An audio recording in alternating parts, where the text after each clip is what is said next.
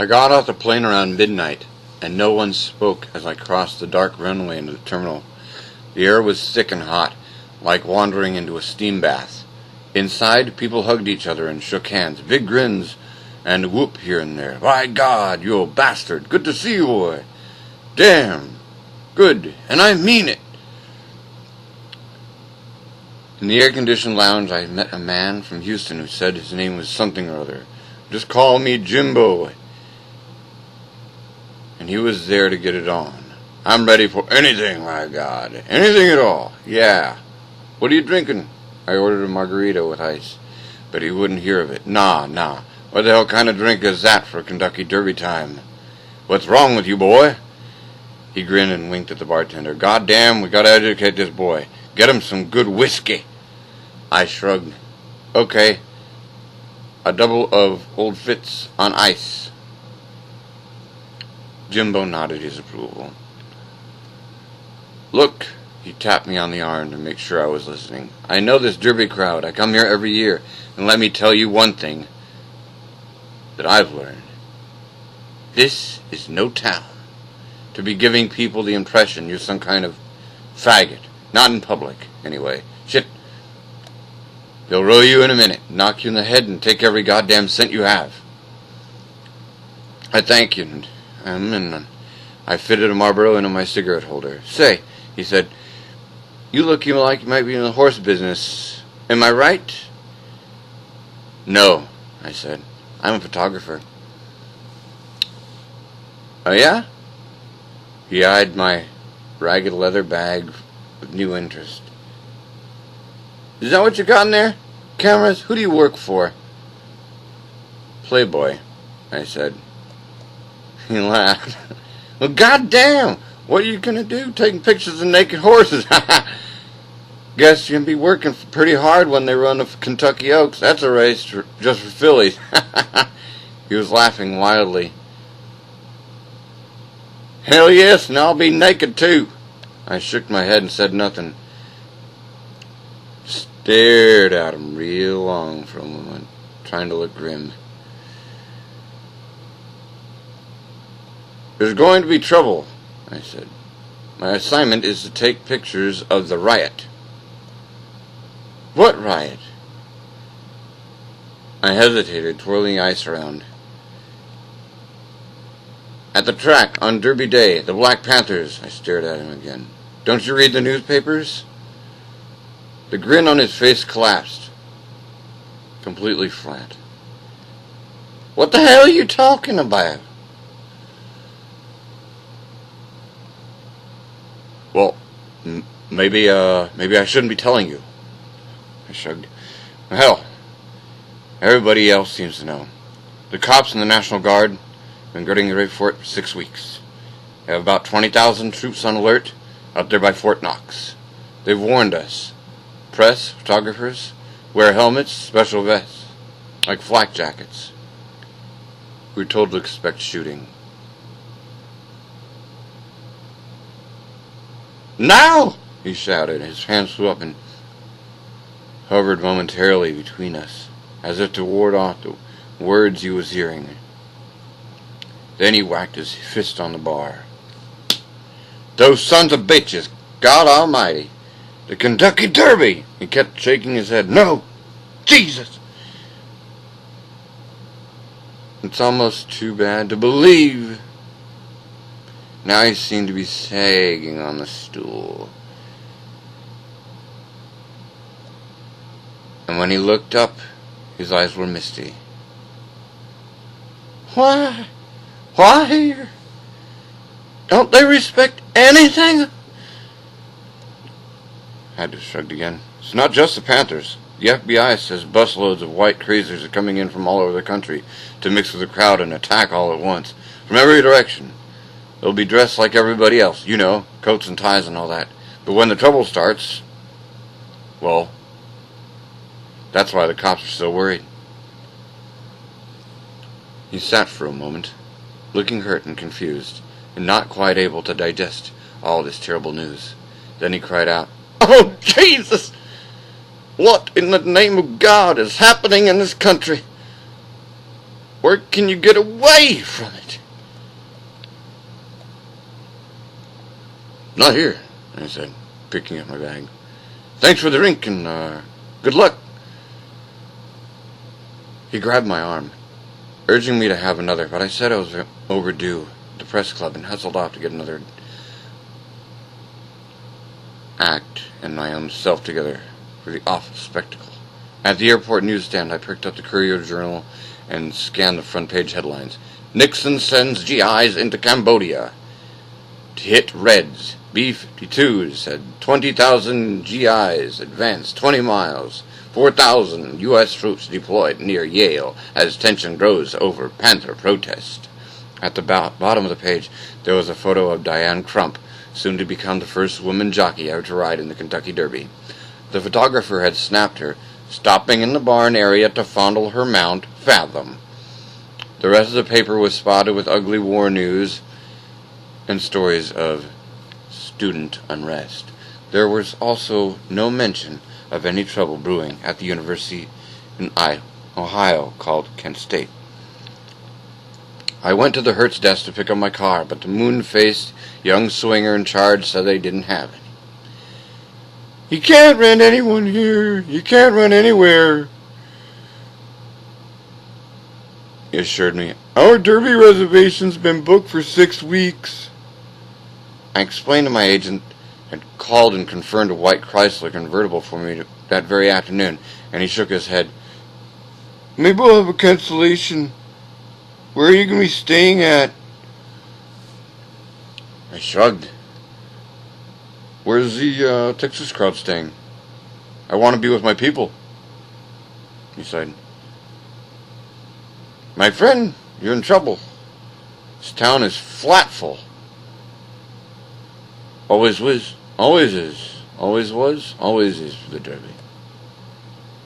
Completely and totally. I leaned closer to him, half whispering, Look, I'm from Playboy. How would you like a job? He backed off quickly. What? What kind of job?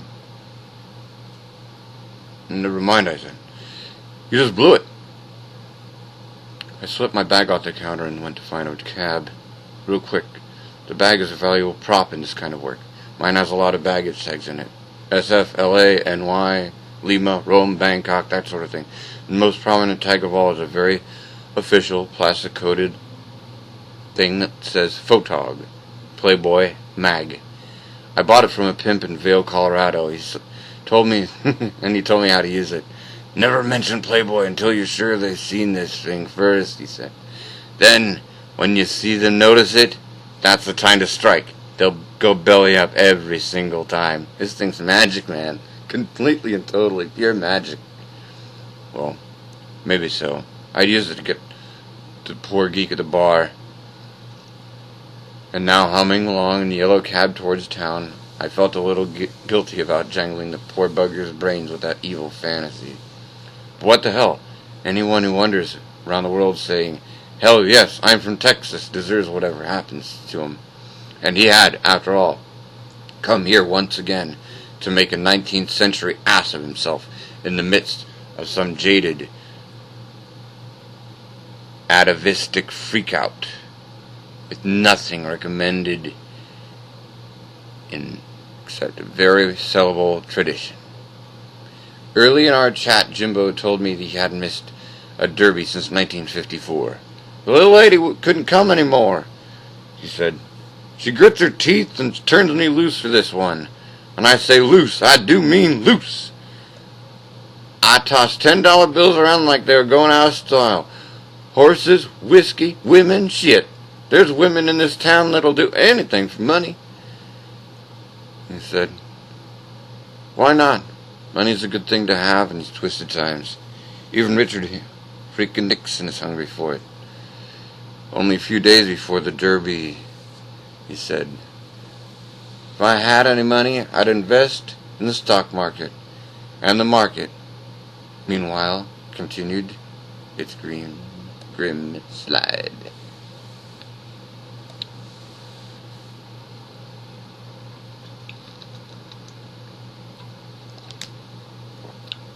The next day was heavy.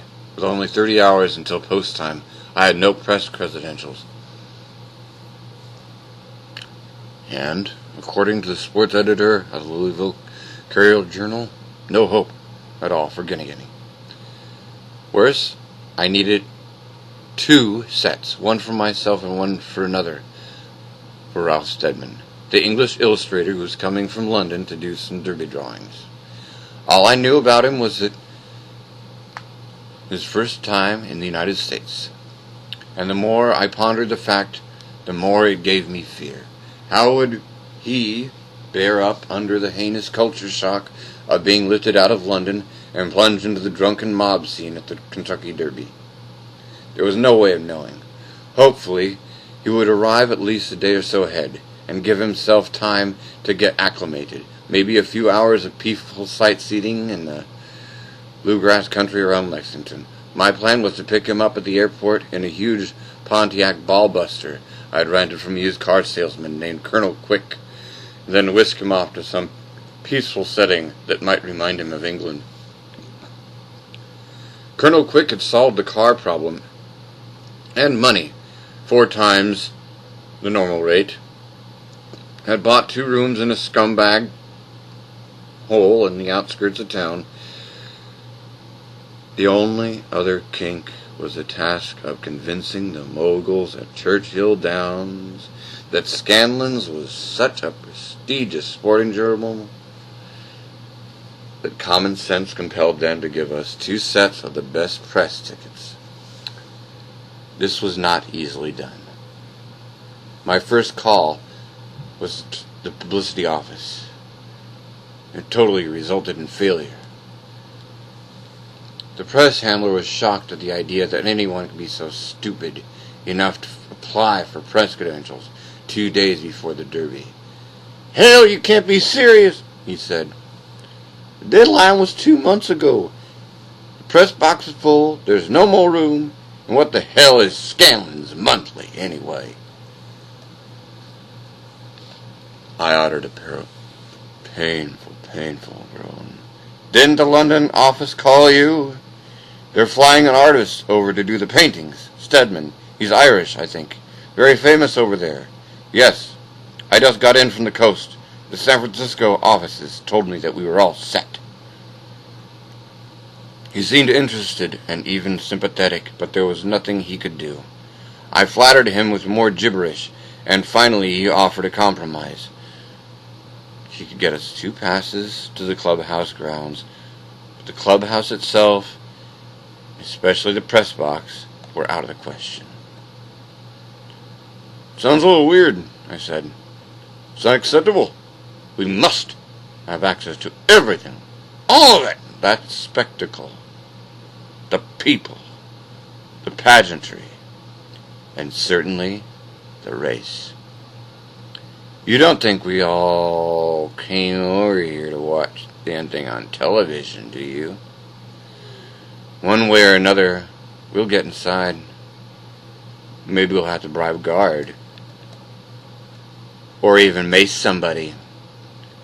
I had picked up a spray can of mace in a downtown drugstore for $5.98, and suddenly, in the midst of that phone talk, I was struck by the hideous possibilities of using it out at the track. Macing ushers at the narrow gates of the clubhouse's inner sanctum, then quickly slipping inside, firing a huge load of mace into the governor's box, just as the race starts. Or macing helpless drunks in the clubhouse restroom, for their own good.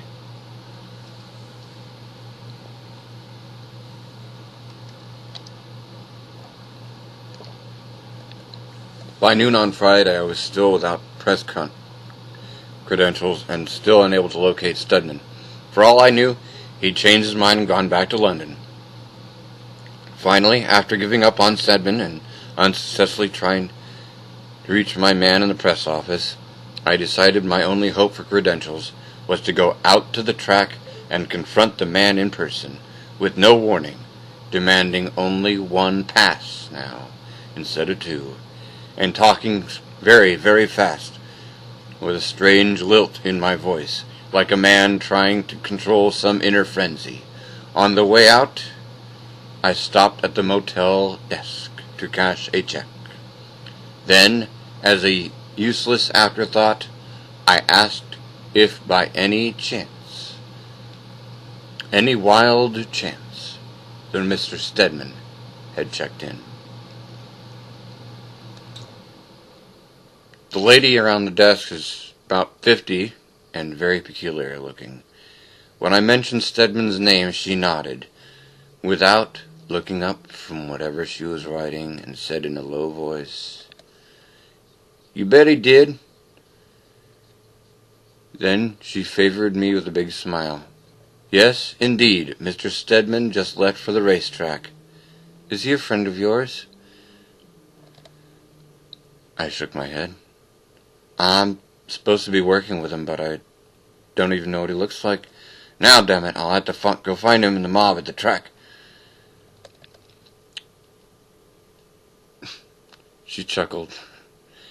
"You don't have to any trouble finding him. You could pick that man out of any crowd." "Why?" I asked. "What's wrong with him? What does he look like?" "Well," she said, still grinning, "he's the funniest looking thing I've seen in a long time. He has this, growth all over his face. As a matter of fact, it's all over his head."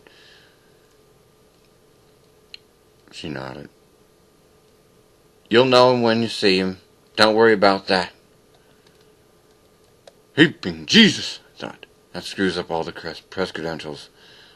I had a vision of some nerve-rattling geek all covered with matted hair and string warts showing up in the press office demanding Scanlon's press packet. "Oh, what the hell," I said. "We could always load up on acid and spend the day roaming around the clubhouse grounds with a bit sketch pads, laughing hysterically at the natives and swirling mint juleps so the cops wouldn't think we're abnormal. Perhaps even make the act pay. Set up an easel with a big sign saying, 'Let an foreign artist paint your portrait. $10 each. Do it now!'" I took the expressway out to the track, driving very fast and jumping the monster car back and forth between lanes, driving with a beer in one hand and my mind so muddled that I almost crushed a Volkswagen full of nuns when I swerved to catch the right exit. There was a slim chance, I thought, might be able to catch that ugly Britisher before he checked in. But Stedman was already in the press box when I got there, a bearded young Englishman wearing a tweed coat and RAF sunglasses. There was nothing particularly odd about him, no facial veins or clumps of bristly warts. I told him about the motel woman's description, and he seemed puzzled. "Don't let it bother you," I said. "Just keep in mind for the next few days while you're in Louisville, Kentucky. Not London, not even New York. This is a weird place. You're lucky that mental defective at the motel didn't jerk a pistol on that cash register and blow a big hole in you." I laughed, but he looked worried.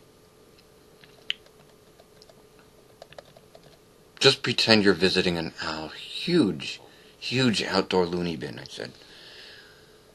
"If the inmates get out of control, we'll soak them down with mace." I showed him the can of Chemical Billy, resisting the urge to fire it across the room at a rat-faced man typing diligently in the Associated Press section. We were standing at the bar, sipping the management's scotch and congratulating each other on our sudden, unexplained luck in picking up 2 sets of fine press credentials. The lady at the desk had been very, very friendly to him, he said. "I just told her my name and she gave me the whole works." By mid-afternoon, we had everything under control. We had seats looking down from the finish line, color TV, and free bar in the press room. A selection of passes that would take us anywhere from the clubhouse roof to the jockey room. The only thing we lacked was unlimited access to the clubhouse inner sanctum in sections F and G. I felt we needed that.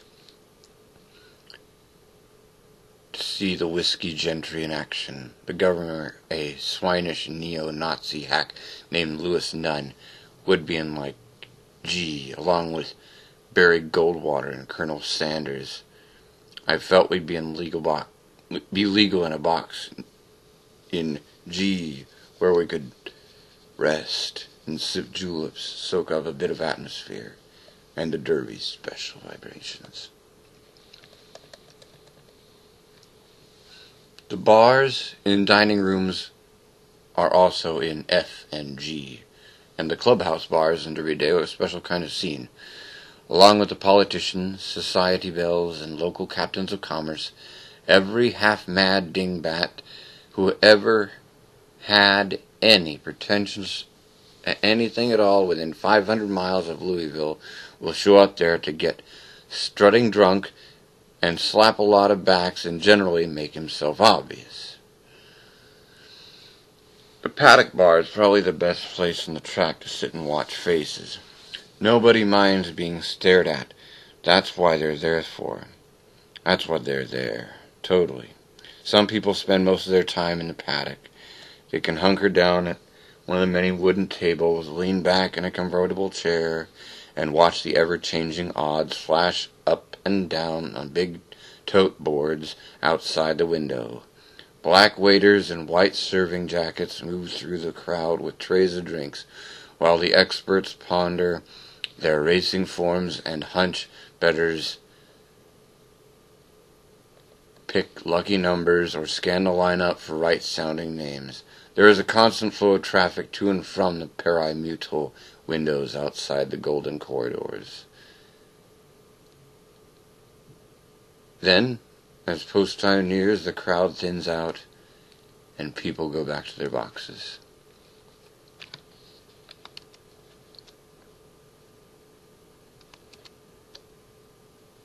Clearly, we were going to have to figure out some way to spend more time in the clubhouse tomorrow. But the walk-around press passes to F and G were only good for 30 minutes at a time, presumably to allow the newspaper types to rush in and out for photos or quick interviews, but to prevent drifters like Stedman and me from spending all day in the clubhouse harassing the gentry and rifling the odd handbag or two while cruising around the boxes or macing the governor. The time limit was no problem on Friday, but on Derby Day the walk-around passes would be in heavy demand, and since it took about 10 minutes to get from the press boxes to the paddock and 10 more minutes to get back, that didn't leave much time for serious people watching. And unlike most of the others in the press box, we didn't have a hoot in hell. We did not give one hoot in hell what was happening on the track.